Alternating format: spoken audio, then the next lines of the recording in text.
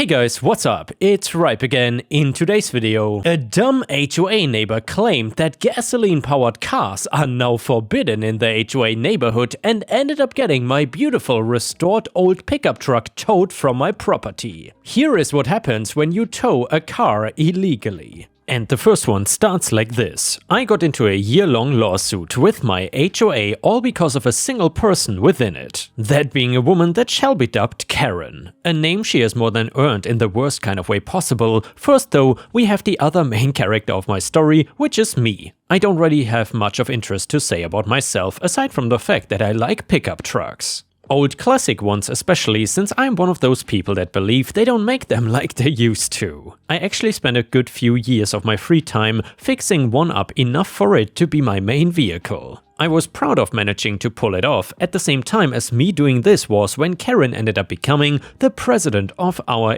HOA. Not that I knew at the time because I paid zero attention to things like that. I will say that I found out the hard way that once she got her position, she went on a total power trip thinking she was the boss of everybody and everything. I pulled into my driveway like usual and Karen happened to see me and went on a tirade about my truck. She was telling me that an old truck like that was full of pollution and the HOA bylaws said that I couldn't have it here. I did not know the bylaws, but I looked it up that night and saw that she was just lying through her teeth. When Karen came to me again a few days later about getting rid of the truck, I told her there was no bylaw and she couldn't do anything about it. Wrong choice of words on my part, as she must have seen that as a sick kind of challenge. She had my truck towed away that night and the next day came to hand me a fine. Well, first of all, I was pissed and wanted the truck I spent years fixing just back. Just daring her to show me the bylaw that said this because I knew that it wasn't in there. She just hated trucks or something, I don't know, or really care. I did not even open the fine until I got in my house and knew she was crazy.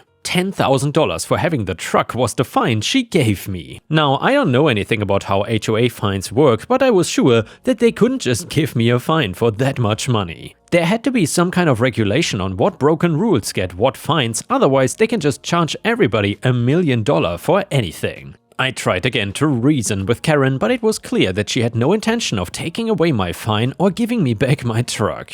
In fact, she threatened to give me another fine for just bothering her. I tried to go to other more reasonable HOA board members for help, but they couldn't do anything. At the time, I took it as them being rude or just as horrible as Karen. Way later, I found out that Karen had blackmail on all of them and was using it as leverage to do anything she wanted. Getting backed up out of fear of her exposing things about them. I can be sure it also helped her get into the position of HOA president in the first place as well, so I was left with no choice but to spend money on getting a lawyer that would press charges against Karen. I knew that towing the truck was illegal and was pretty sure the fine was as well. A lawyer confirmed both that I cannot get a fine for a rule that doesn't exist and it cannot be for a random amount of money. So he wrote a legal letter to the HOA lawyer stating that if the truck was returned and the fine overturned, I would not pursue the matter further into court. I did not want a long legal battle if I didn't need to have one. However, the HOA Karen refused these terms, so I was forced to file the paperwork to take her to court. My biggest worry was the state of my truck since she wouldn't tell me where it was. The lawyer got her on some legal thing of the truck being evidence and therefore needing to be kept in a secure location or something. It was basically still in a tow yard, but it was safe there until we could get the entire thing sorted out. Now, court was where Karen really learned that she was not some big shot in charge of everything like she thought. Karen did not even bother coming up with some crazy defense because in her mind, she could not be wrong.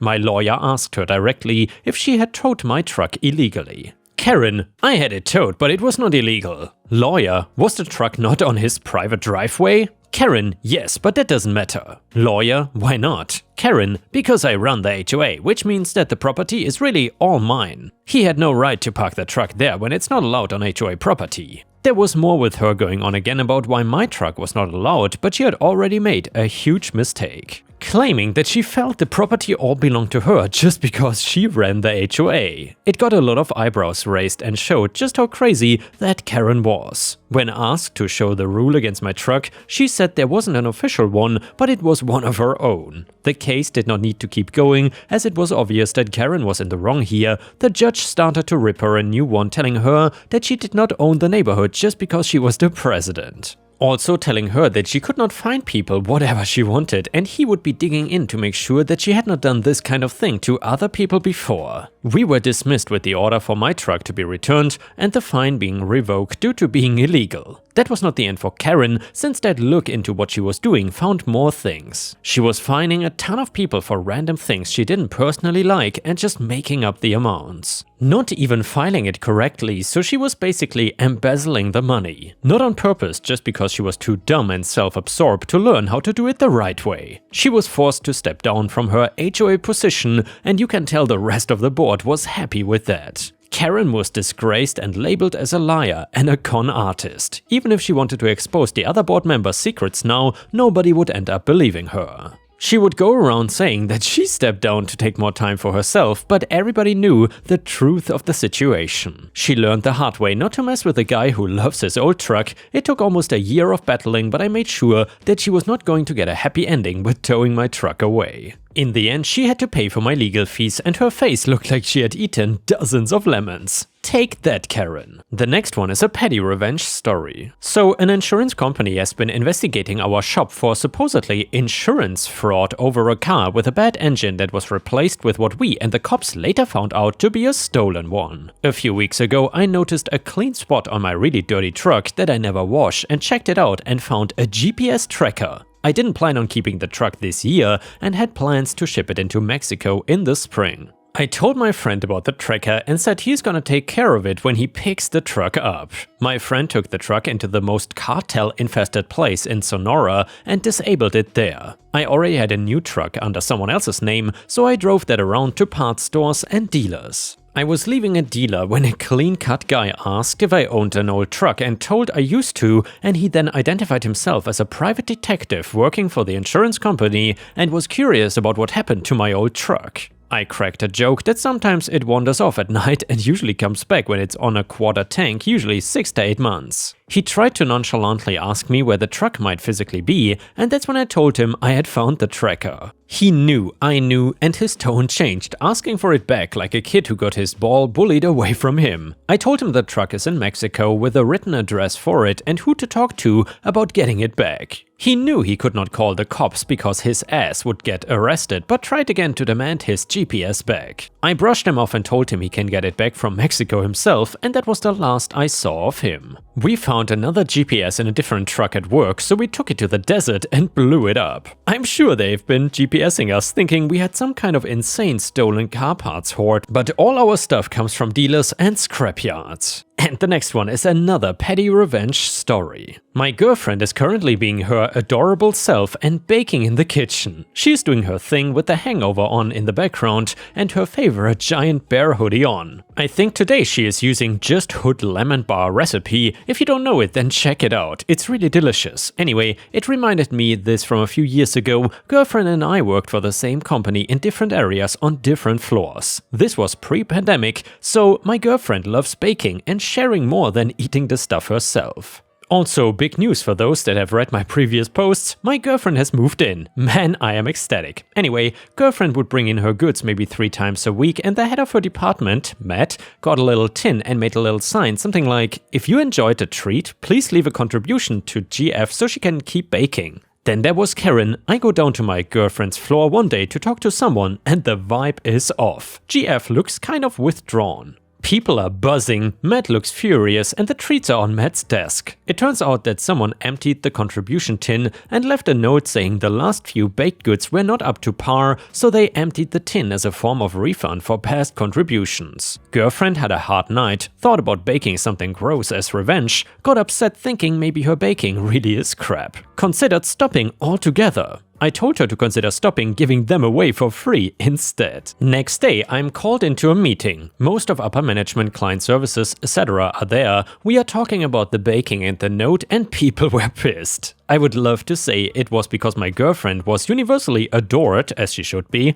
but it was mostly the bullying and how the baked goods were free for our company but great for our morale. Matt spoke to girlfriend and basically said if she wanted to keep baking, he would love it, and a few colleagues had decorated an empty desk on the 3rd floor specifically for people to share their baked goods under a camera near my team. Girlfriend is professional, but man, she almost cracked when she saw the table. I'll try to find a picture. Anyway, the tin was replaced with a tiny padlock. Next time Karen appeared for a treat, a woman from my team jumped up and stopped her, telling her that they were not up to par and basically told her to F off. More people started baking and Matt would share out the contributions. A picture of the table full of amazing goodies even made it to our website for a while. Karen ended up putting in a complaint about her entire floor. Apparently, every time she tried leading a training session, people started telling her that her teachings were not up to par. She tried smoothing it over, not by apologizing, but by bringing in a tray of cheap donuts with a stupid sign saying that no contribution was needed.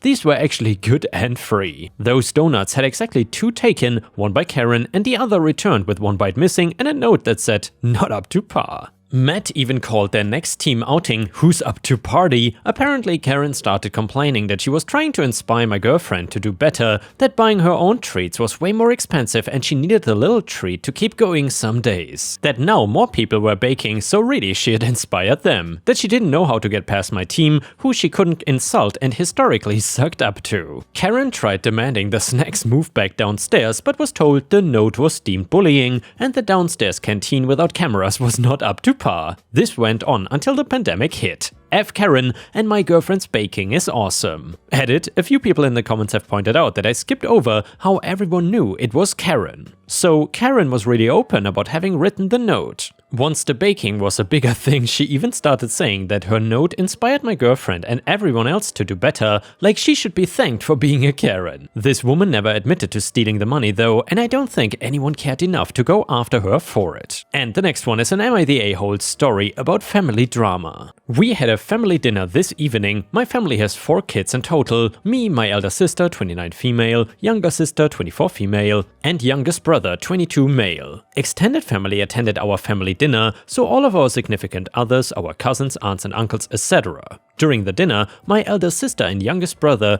got into a mild disagreement. My sister seemed, at least to me, to be coming across as very aggressive out of frustration and losing said argument. The 2 of them were too absorbed in their argument to realize the rest of us were getting a bit fed up. Eventually, my sister got really fed up and said, "Shut up, I'm not gonna argue with a 22-year-old virgin." My brother had not done any personal attacks up until that point. It was completely unprovoked. I think it might have been the alcohol, as my sister is a mean drunk. Anyway, I immediately told my sister to grow up and that she was making an embarrassment of herself. She replied by saying everyone knows that he's a virgin and she didn't say anything wrong. This annoyed me as my bro definitely has confidence issues and does not need to be made fun of like this. So I responded by saying how she slept with well over 100 men while she was in college and that since everyone in the family knows this, it's not a big deal, right? It turns out her husband did not know this amazingly. I genuinely assumed he must have known. Anyway, he left the party and is angrily saying my sister misled him about her past. My family is blaming me for their marital problems now. I refuse to accept that I did anything wrong. My sister bullied my brother in front of everyone. All I did was give her a taste of her own medicine. And yeah, ripe stars, usually I would say stay out of other people's affairs and just let them do what they want, especially when it is family. However, I do respect OP for defending his brother. Maybe the way he did it could have been done more delicately or something, but I'm not sure that I would say that OP is the a-hole here. Either way, let me know in the comments what you think about this. Comment number 1, not the a-hole. People really need to learn not to dish out if they cannot take it. Simple as that. Comment number 2, everyone sucks here.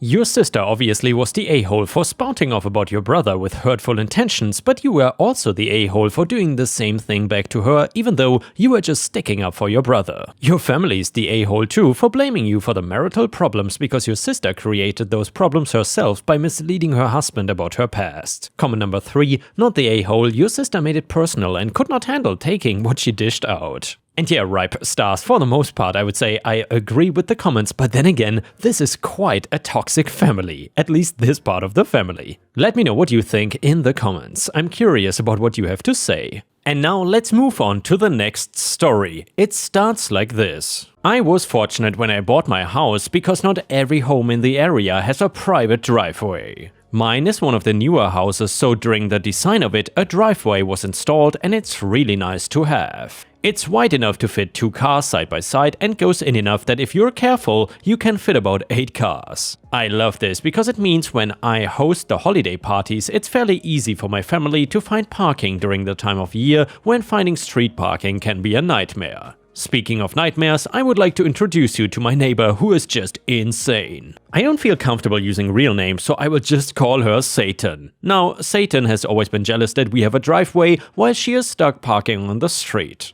We have had many conversations of her trying to say my driveway is wide because it was made for both of the homes. I double-checked this to make sure that I was not in the wrong.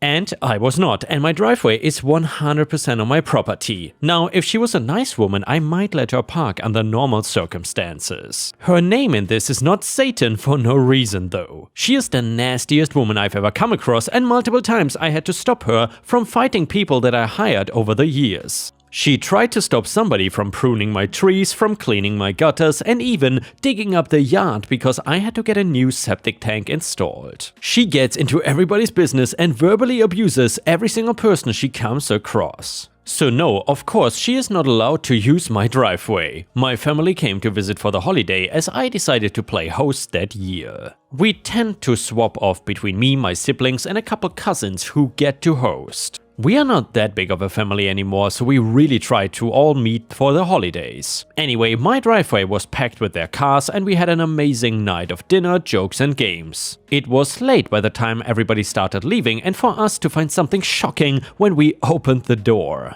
The driveway was empty and every single car was now gone. I did see Satan standing outside and smiling at me, so I knew that she had something to do with all of this. Me, did you see what happened to all the cars in my driveway? Satan, yes, I towed them because they were on my half. Me, I told you before you don't have a half. You just towed my entire family's car from my private property driveway. I was too tired to fight with her and just walked away to call the police. They came and Karen told her story of it being half her driveway and that we were parking illegally on it. I don't know what her excuse for getting the cars on my half towed was. Since this has been an issue with her, I have documents showing where the property line is and that the driveway is actually mine. So then she gets a citation for the illegal towing and a date to show up in court and pay for the cost of getting the cars out. The thing was that the tow yard was closed at this time of night. This meant everybody had to find some space to sleep in my house and it was not the nicest fit. I actually ended up sleeping on the floor and giving my bed to 2 of my aunts. They all understood, but were just as pissed off at Satan as I was. It was the holiday season and I wanted to be a good person and just drop the entire thing once my family got their money back. Satan did not like that and I won with the police that night and came up with a brand new plan. This one being, if she couldn't have my driveway, then nobody could. I did not know what she was doing until I heard the sound of the jackhammer outside my house. Don't ask me where she got it because to this day I don't have the answer to that.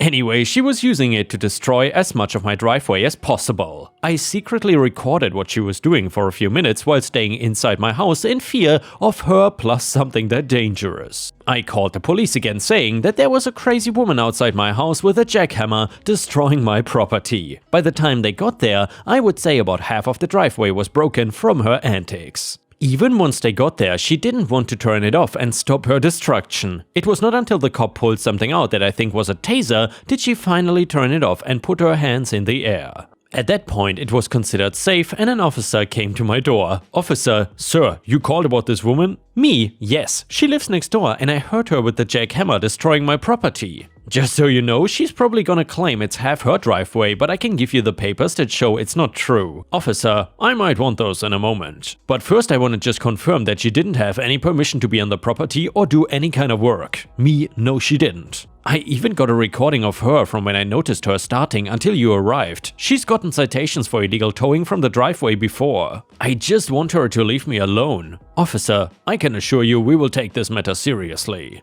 We have her on trespassing, destruction of property, and possible operation of a jackhammer without a proper license. Me, thank you, officer. They didn't want the recording or paperwork, but the courts needed it for their case against Satan. I also threw in the report from that night at the holidays because why not show how this was not the first issue on record. She does not deny doing anything wrong and claiming that she is allowed because it was her driveway. She was found guilty on all 3 counts but didn't actually end up going to jail.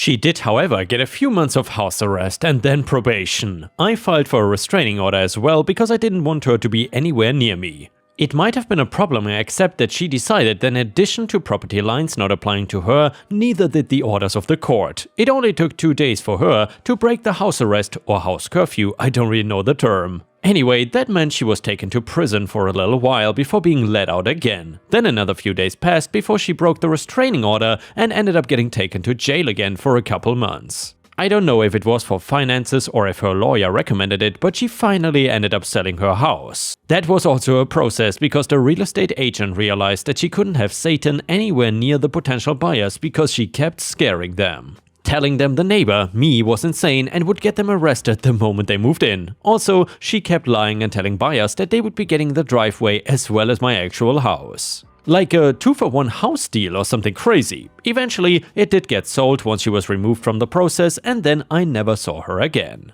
I still have the restraining order in place, but I have a feeling she is either long gone or back in jail for something stupid. Edit, I forgot to mention, obviously she had to pay me a huge fine for the destruction of my driveway. I guess that is partially the reason why she had to sell her house as well. And yeah, Ripe Stars, I am really happy for OP that she got rid of this awful entitled Karen neighbor. Or rather, Satan, because this person might have been worse than a Karen. And with this, we have reached the end of the video. However, if you cannot get enough of my content, please check out my endless playlist, where you can find thousands of hours of content. In addition, please don't forget to subscribe to my channel to not miss any of my daily uploads. Thank you so much in advance, and I hope to see you again tomorrow.